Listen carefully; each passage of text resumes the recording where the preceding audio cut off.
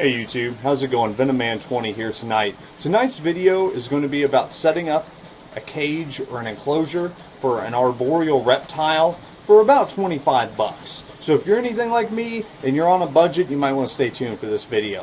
So first and foremost, you're going to need something like this. This is normally like a china cabinet or a display cabinet. You can get this at most secondhand stores or a Goodwill store. This one you pay 15 bucks for. So it normally has shelves in there. You just have to do some minor changes to get this ready for your pet reptile. So let's go ahead and check out what we did with this. So let's go ahead and talk about what it takes to set up an enclosure like this. First and foremost, you're going to have some good locks. A couple different options here. You got your bolt style lock that wasn't latched very well, and then you have these. More is always better because you got to have these doors fitting very flush. As you can see, there's a gap here that works for the snakes that are in here, but if you have a smaller snake, it's probably not going to work out too well. Let me go ahead and undo the bottom latch as well. Open up the doors. As they open out, you got to watch and make sure you never have a snake between them because that would pinch. But right here, we built a bracket to hold the screen in place because a lot of people would just put the heat lamps right down here instead of the enclosure. It's like the worst thing you can do.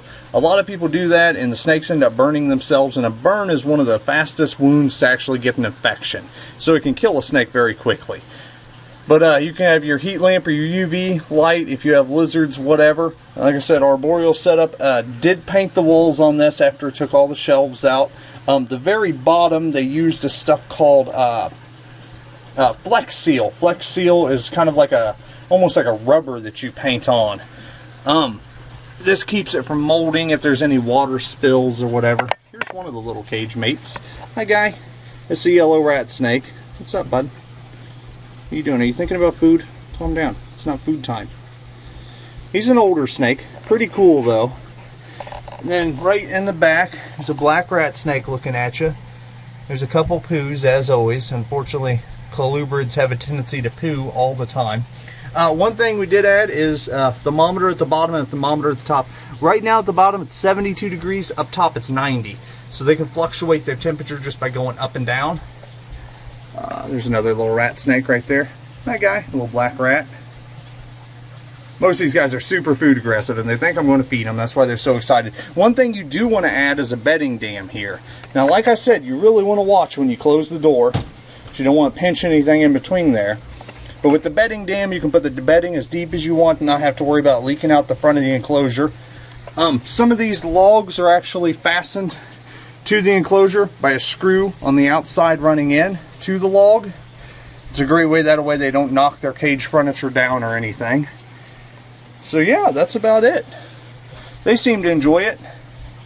These guys down low just hanging out. And then this guy up here, always climbing because he's still small and very agile. They climb a lot more. The only big thing is I woke them up, just turned their heat lamps back on so I could film this video. They were all already nestled in bed. But they're coming back alive. Sorry guys for keeping you up past your bedtime. YouTube just wanted to meet you. So anyway, I hope you enjoyed that tutorial. Like I said, it's really basic. I mean, I didn't go into great detail, but it's all so easy. I mean, just a couple screws, screwing in the bedding dam, screwing in the sticks, you know, put a screen up to put a heat lamp on, take the shelves out, paint it, and you're done. I mean, that's it. Now, these snakes are not very high humidity. You know, if you had an Amazon tree boa or emerald tree boa or green tree python, I would not recommend this style cage. First, you're going to have a mold issue. Next, you're never going to be able to keep humidity in there, so you're going to have stuck shed all the time. The snake's probably not going to thrive in that environment. But all these snakes are actually found local here. I mean, it's a pretty common snake around here to see a black snake. So with that being said, they don't require humidity outside of this range. You know, 40% humidity, they are completely fine. Plus, they have a water dish big enough to soak. So if they have any stuck shed, they can just sit down in there. Have had no issues whatsoever with that so far. But anyway, check down, link directly below to my Facebook page. I'll also put the link into my last video because I got a little bonus video up this week. It's Cuban crocodiles mating. I mean, how cool is that? An endangered crocodile actually breeding. So if you want to check that out, that'd be awesome. Otherwise, stay tuned next Thursday for a new video. And don't forget to subscribe. Have a wonderful night.